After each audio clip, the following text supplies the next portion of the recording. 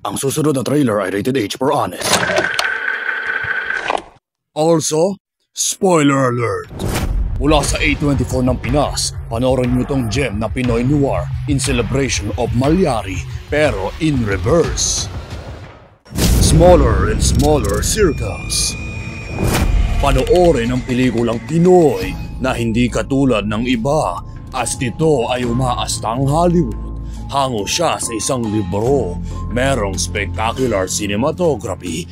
Ang mga tao ay puro Ingles. You never called me back? You know how busy I am with work for this case.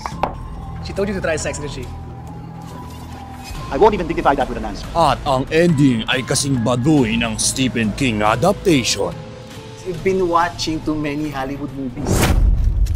Kilalanin ang iyong mga daddies, fathers, si Gus Science at Jerome Lucero.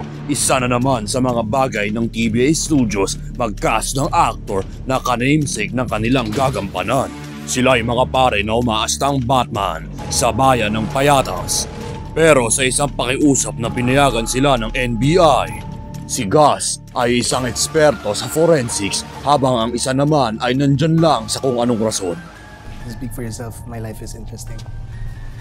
Oh yeah, your life is interesting. Kasama sa kanila ay marami ring big cast ng stars. Itong reporter na nandyan lang para lumandi. Pleasure to meet you, Father Jerome. Just what's getting cuter these days. This one can barely ward off those tenacious colegialas. Bakit kayo puro English? At sa isang bayan ng serial killing, kulang dito kung walang gago. Itong attorney na walang pakailam kung mahuli niya ba nila ang tama o maling suspect, basta lang malabas siya sa TV. Hoy! Pero ang pinakahilig niya talaga pagbutihin ay ang pag-reference sa mga ari. Father, yung titi, huwag mo kalimutan yung titi. Wala akong pakialam sa pera na yan. Gusto ko titi. Pagod ka na ba sa mga serial killer sa filmography na lagi na lang kino-glorify? Well, swerte ka dahil ang trato sa serial killer dito ay kung paano itrato ng movie na to na isang magandang movie mula sa isang It's Fine movie. Dahil ang serial killer na ito ay isang pipitsugin. Ulilat kami sa PE. Naniniwala kami ng tingin niya sa sarili niya, mahina kung kaya't wala siyang kumpiyansa kung may kakayahang lumaban pa o pumalag yung biktima. With isang pangalan na sobrang normal na hindi siya tatatak sa'yo. Si Alex. Pero di pa rin ito titigil na may magsimpansya sa kanya. Pero wala yan.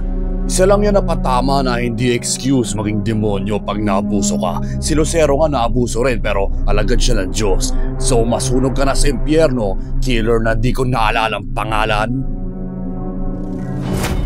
So ma-immerse sa isang bleak experience, tinakot nito mga Pinoy manood sa elements din na puno ng sexual abuse with ilang drama sa tamang level. Pero hindi ito pipigil para magbigay rin ng konting tuwa. May breakfast ka na.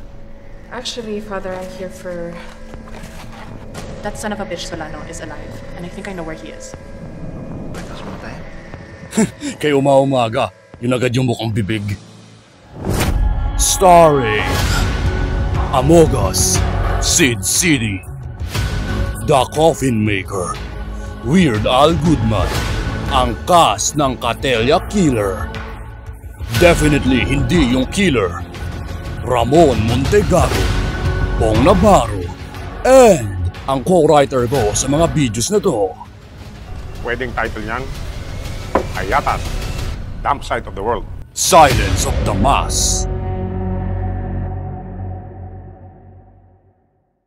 Alam nyo ito? Ito yung lugar kung saan pinagtitripan ng serial killer ang kanyang biktima. One. Oh my goodness. Two.